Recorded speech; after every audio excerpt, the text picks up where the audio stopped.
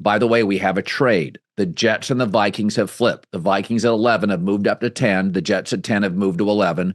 That would probably signal Minnesota's not going to mess around. They're going to go with a quarterback. My guess would be they don't need anything else offensively. Maybe there's an edge rusher, but they accumulated.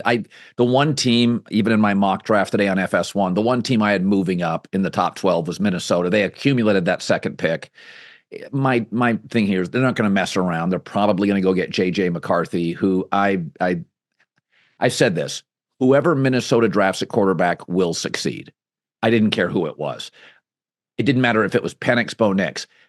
My least favorite quarterback of all these guys is JJ McCarthy, but I think now he'll be very successful because he doesn't even have to play. I talked to an executive about a month ago. He said he needs to sit. He maybe Thanksgiving year one, but he's not ready to play right now. You don't go from that Michigan situation to running around. It's a big, big leap. Whereas Drake May ran for his life in college at times. He may run for his life in New England. Yeah. Like he's used to that stuff. So, and the Jets move back. By the way, the Jets probably, do we know if they got a second round pick for that? A fourth and a fifth. Okay, Jets want picks. Yeah. That's what they want. It's a deep draft and the wide receivers. They don't have a second rounder, and a fifth. Right? No, but they want receivers and tight ends, and you can get those in the fourth round and on. So, so let's, in review, Caleb, Jalen Daniels, Drake May, Marvin Harrison, no surprises, top four. Joe Alt, a bit of a surprise, though a big physical player, not a surprise. I thought I was told the Chargers wanted to trade down. I was also told they were not getting what they wanted.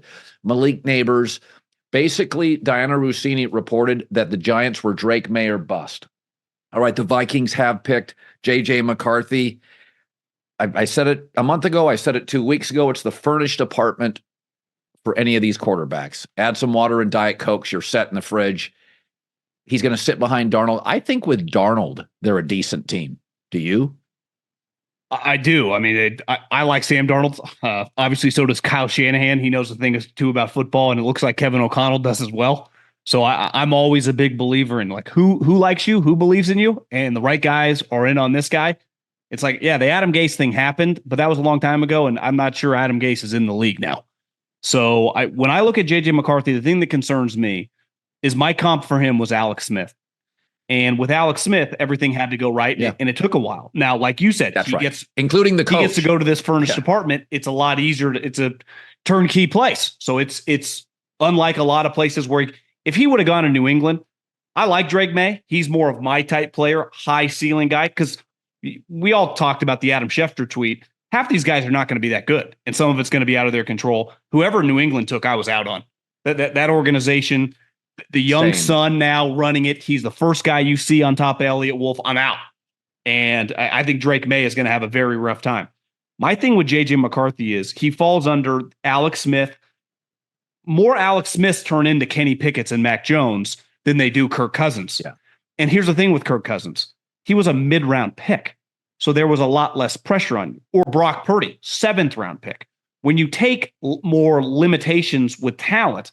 Now, I do think JJ is probably more talented than Alex. Little worse athlete, little better arm. But everything has to go perfect. Now, like you said, they're pretty loaded at wide receiver. They have a good offensive line. And they have an offensive head coach who's the play caller. So he has a lot of advantages. And with Sam, assuming it goes well, like there's going to be a little pressure on them too. And that division's hard. Yeah. I mean, the Bears are going to be good. We know the Packers are good and the Lions are a powerhouse.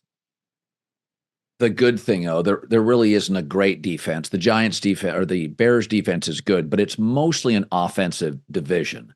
So, like Sam Darnold, when he went to the AFC East, faced at a time Brian Flores, Bill Belichick, and Sean McDermott. Alive. It's like, that's a lot. This division is, Lions defense, Packers defense, frankly, I think it's a well-run organization. When was the last great Packers defense? I feel like I always feel like they underachieve on defense, but they're always formidable on offense. So it's an offensive division. The Bears have I think they have a Eberflus, Montez Sweat, 2 nice corners. But I don't think it's the Ravens. I don't think it's the Chiefs. I do think you need to factor in, and I do this too, is you got to be careful in the draft about playing time and experience. And because of what happened in 20, all these guys got the extra year. Jaden Daniels had a huge advantage over guys like Drake May and JJ McCarthy, whose high school seasons were wiped out. Right? I mean, these guys are very, very young. Even Caleb, very, very young players.